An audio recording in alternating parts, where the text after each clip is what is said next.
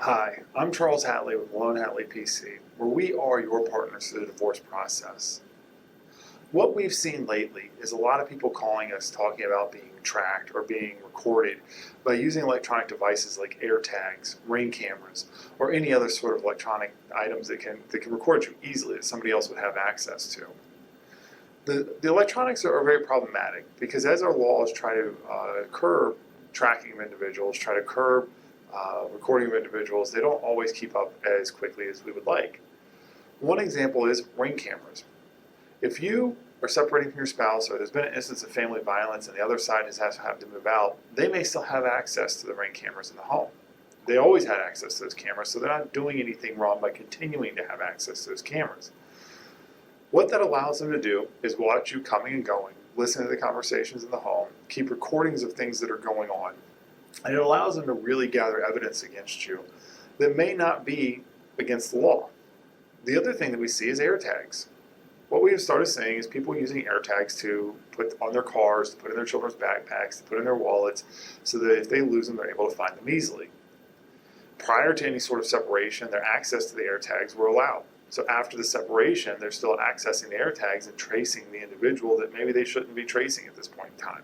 A good example is in a protective order situation, if a child has an AirTag in their bag and they're with the other parent, the parent with the protective order knows exactly where they're going and coming from and is able to track them in a situation we really wouldn't want them to be able to.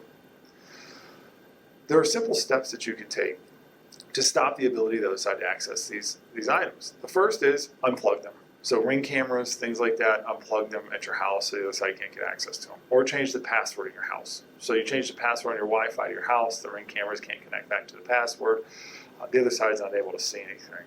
If you still want to use the Ring cameras and you have access to the account, you might want to go into the account and reset the account, change the password on the account.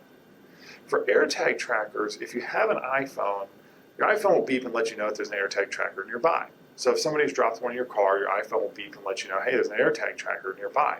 Don't ignore that. If you get that sort of signal, you need to really take it seriously because somebody may be trying to track you.